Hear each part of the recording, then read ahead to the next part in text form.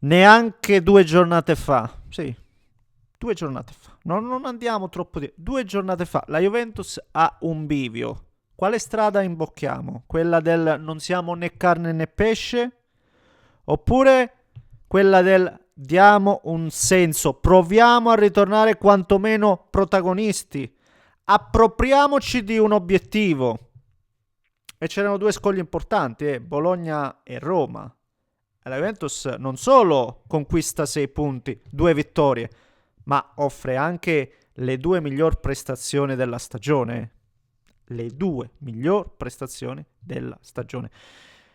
Si possono avere dubbi su Openda, sullo stato di salute di Zegrova, sulla condizione atletica di Bremer, su Di Gregorio, su quello che vi pare.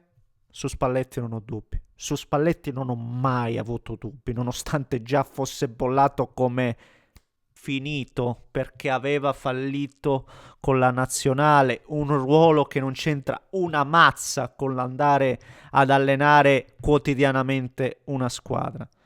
Spalletti va lasciato lavorare, se lo lasci lavorare, lui il suo lo fa. Poi vedremo quanto fare il suo riesca comunque a tramutarsi in risultati importanti col materiale a disposizione, ma lui il suo lo fa. E la Juventus adesso è quantomeno una squadra assolutamente credibile. E la Roma ha poco peso lì. Lo sapevamo, alcuni risultati poi hanno un po' nascosto la polvere sotto il tappeto, perché è la cosa che ci piace un po' a tutti, non nasconde... Però la Roma ha poco peso lì davanti, cioè possiamo fare tutte le analisi, ci mettiamo cervello... Andiamo alle evidenze. Nella seconda parte voglio parlare anche un po' della Lazio, di Lazio Cremonese, che se non avete visto non va allarmate, non è successo, se non va allarmate, non è successo nulla di così, no? Imperdibile, diciamo, giriamola così, però mi piace un po', ragazzi, vederle tutte. E poi la Lazio ci aveva fatto vedere tante belle cose. Ho detto, mo vediamo che fa sta Lazio oggi, se dà veramente anche lei un segnale forte. Non è arrivato quel segnale forte, ne parliamo dopo. Prima, come al solito, invito a spolliciare per soddisfare l'algoritmo, iscrivetevi per seguire i prossimi contenuti, non attivate la campanella, in descrizione trovate tutto quello che vi permette poi di andare a valutare anche altri profili e tutto il resto. Vi ringrazio per il vostro supporto, grazie davvero per tutto.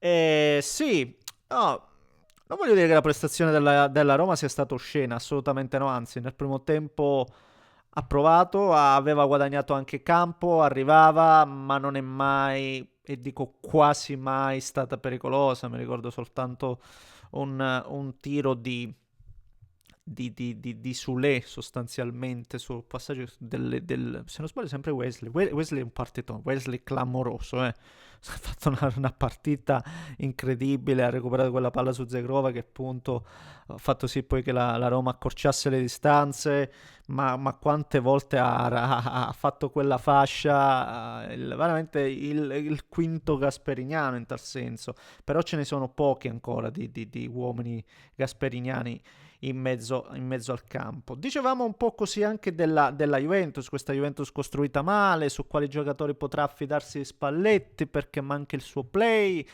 farà fatica. Sta trovando adesso comunque delle soluzioni.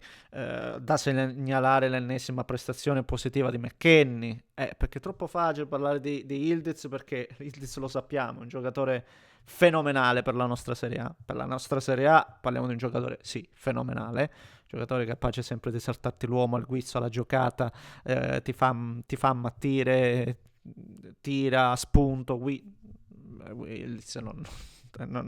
quasi non lo commento neanche ormai.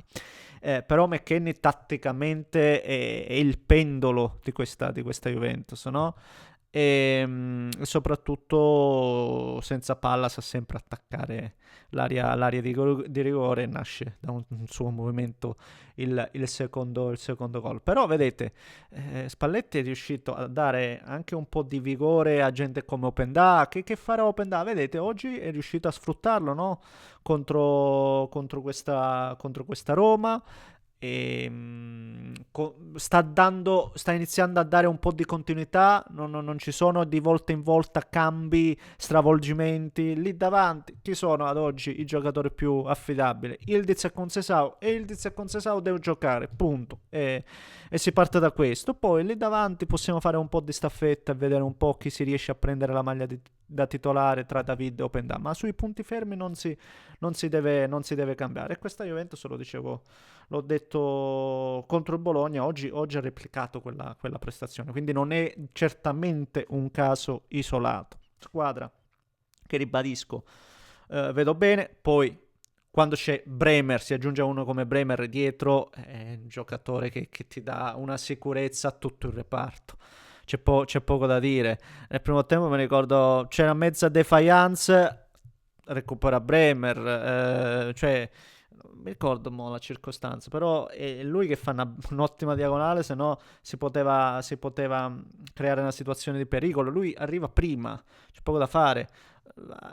Per sopperire, per arginare tutto ciò, ha provato a mettere Dybala e quindi non mettere l'uomo di peso lì davanti, Gasperini. Soluzione che non è risultata vincente, ma poi Gasperini stasera ci ha fatto vedere, per andare un po' alla Roma, ci ha fatto vedere proprio che cioè con la mossa di abbiamo giocato il primo tempo maluccio, non siamo riusciti a creare pericoli, cambiamoli tutti, li ha cambiati tutti lì davanti, cambiati tutti, peggio, sostanzialmente peggio. Poi ricambia anche Bailey, non ho capito se è fatto male lui, l'ho cambiato lui, ma mi sa che forse ha avuto problemi, non lo so. Francamente non lo so. E, e niente, la Roma è riuscita a segnare grazie all'unica vera grande occasione, anzi due ne ha avute addirittura. In una partita del genere rischiava anche di riuscire a pareggiare la Roma, perché poi nel finale Ferguson comunque ha un'ottima chance, aveva tanta porta davanti e poteva anche essere più pericoloso. Però sostanzialmente il gol arriva da un recupero, l'ennesimo recupero clamoroso ed erroraccio di Zegrova, e questo, ma sostanzialmente lì davanti la Roma fa troppa fatica. E se a gennaio non prendono qualche giocatore specifico, no? Che vada a coprire quelle che per Gasperini sono delle lacune, la Roma non entra nelle prime quattro, secondo me. Si è voluto parlare anche di scudetto ad una certa, certo, si può parlare di quello che ci pare, ma oggi, ecco, ho detto metti Bremer alla Juve, hai più equilibrio. Oggi che alla Roma mancavano anche Ndicà, che mancherà per un po', aggiungici anche l'assenza di Hermoso, poi fa fatica se non ha nemmeno una base difensiva su cui poter fare affidamento. Non si può scoprire più del dovuto, altrimenti è finita. L'abbiamo visto nella parte finale sul 2-1, quando provava ad allungare, quando provava, no? Tutto per tutto, e più volte la Juventus con Ildiz, il Pale e altre situazioni poteva chiuderla.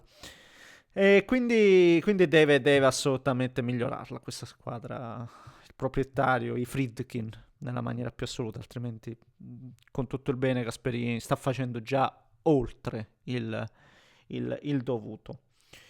Andando un po' invece al Lazio Cremonese, credo che abbia detto praticamente tutto Sarri. Oggi c'è stato addirittura, voglio utilizzare proprio il suo termine, che me l'ero scritto, ecco, scadente. È stato veramente un primo tempo, secondo me tutta la partita, se parliamo del livello della Serie A e se parlo della Lazio, per me è stata una partita scadente, assolutamente.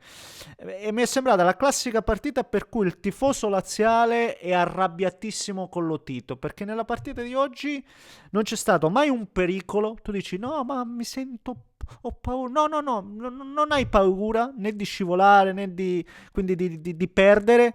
ma non hai neanche il sogno di vincere. Ho visto questo nella partita di oggi in Lazio-Cremonese.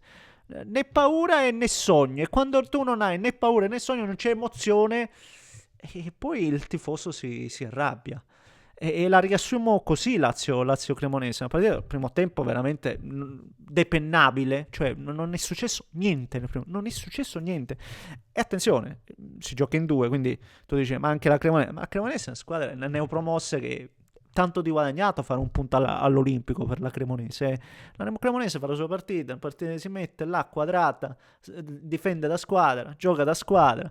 Anzi, poteva essere anche più pericolosa la Cremonese nel primo tempo, perché 3 o 4 2 o 3 uscite bruttissime della Roma nei primi 5-10 minuti, e non è stata molto efficace. Prima Bonozzoli, se non sbaglio anche Vardy stesso, non sono stati molto, molto efficaci. E dopo il primo tempo, nel secondo qualcosina in più. L'occasione più ghiotta per me c'è la Cremonese con Vardy. La giocata più bella della partita, secondo me, il passaggio di Bonazzoli gli mette veramente una bella palla, e Vardy, secondo me, da lì può fare assolutamente meglio. E la parte più interessante è stata proprio nel finale, quando meno male, vuoi o non vuoi, almeno ci provi, e provandoci, quindi un po' si sono leggermente un po' allungate le squadre, e qualcosina abbiamo visto con la Lazio che ha tirato una volta con Marusic. Che c'è stato? Ma io faccio fatica a ricordarmi. C'è stato talmente poco che faccio veramente, veramente, veramente fatica, ragazzi miei. Certo, questo va anche detto che oggi mancavano Basic e soprattutto Isaksen e Zaccagni. Secondo me un giocatore come Zaccagni in questa Lazio sposta anche lo stesso Isaksen, quindi la Lazio, se mancano quelle pedine che comunque creano e portano dei valori e delle qualità importanti, poi fanno fatica, perché oggi il ritmo è veramente un ritmo lento. Nel primo tempo anche pochezza tecnica, ma il ritmo in questa gara non c'è mai stato, non c'è mai stato, mai, mai, mai, mai. Ed è un peccato, perché la Lazio è il pareggio che secondo me non ti porta a nulla, e non ci ha mai realmente provato a vincerla con convinzione. Per me si poteva fare qualcosa in più, onestamente. Boh, vabbè. E detto ciò, secondo me i complimenti ancora una volta se li porta a casa la Cremonese, perché alla fine il suo lo ottiene sempre la Cremonese, sta continuando a macinare punti. E la neopromossa, che ribadisco, all'inizio davamo tutti in fondo, invece questa è una squadra da metà classifica oggi, la Cremonese. Incredibile. Va bene, signori, fatemi sapere cosa ne pensate voi.